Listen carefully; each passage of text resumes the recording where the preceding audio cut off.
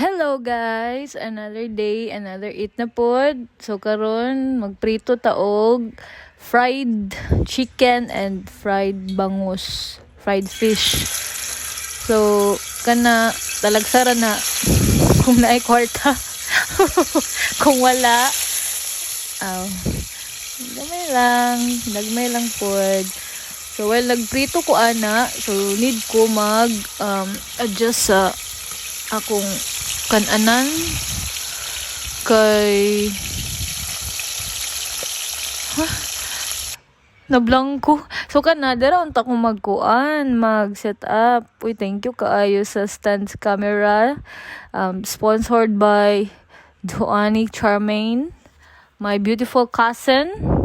So kani nag-set up ko, libog kaayo kung asa ko mag-set up, kung ira ba or dito sa Pikas. So ay aura siya. Ay, grabe. So, naglibog na ko. So, ako sa tanawan akong giluto. Naluto man po siya. Okay raman. So, kwaon na nato, no? Okay, para mahuman na kuha ang isda na pod. Actually, ang isa ka giluto nga gulay, ako lang kuya ang nagluto. Kaya wala na ako na video. Kaya dali ramang gud kayo to. Giluto na niya, kay gutom na po siya. So kani isda na pod. Yan. Tarong baka nagprito ang isda. So na siya na akong gipatiwas ana, kay pa ko nahuman sa akong pag-set up sa camera. Asang area wala ka balos. So kana diha na gyud. Mungutanan na to akong gasin kung asa na dapet, pero secret kung asa na sit up.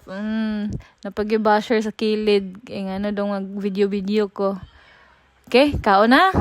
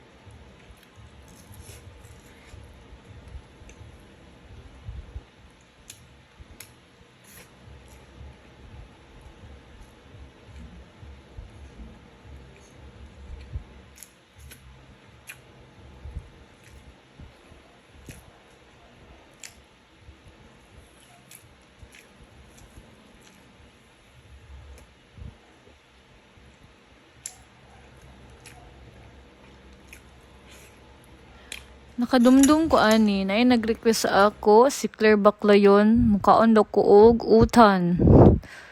Murag lahi lagi to yung pasabot ay. So, fresh man paggaluto ang sudan, so dapat fresh pod ang nagkaon. So, naligo na ko ana guys. Na-dessert ko nagkaon. So, enjoy!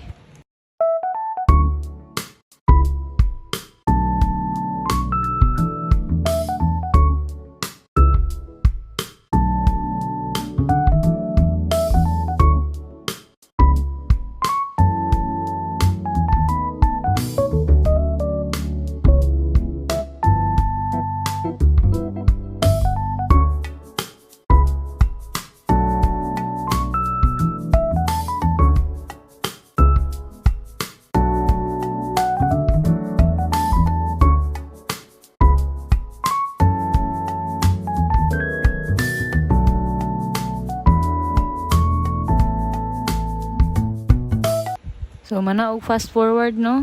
So, hinahinay sa tagay. Basig matukan ang kaon. Lami kayong gikaon, no? Sige na, oy. Mora to. Salamat sa paglantaw.